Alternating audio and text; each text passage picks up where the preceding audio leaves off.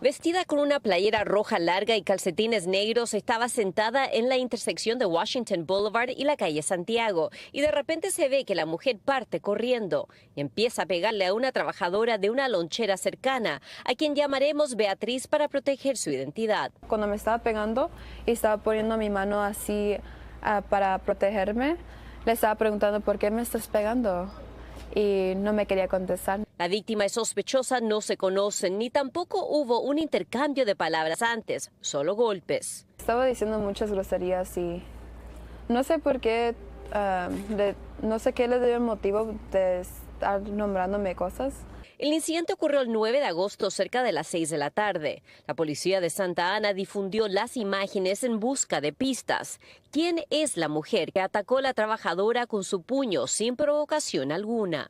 Me pegó como unas más de 5 veces. Como estaba en shock, no lo sentí los golpes, pero luego sí noté que me dejó 2 moretones aquí en mi hombro izquierdo.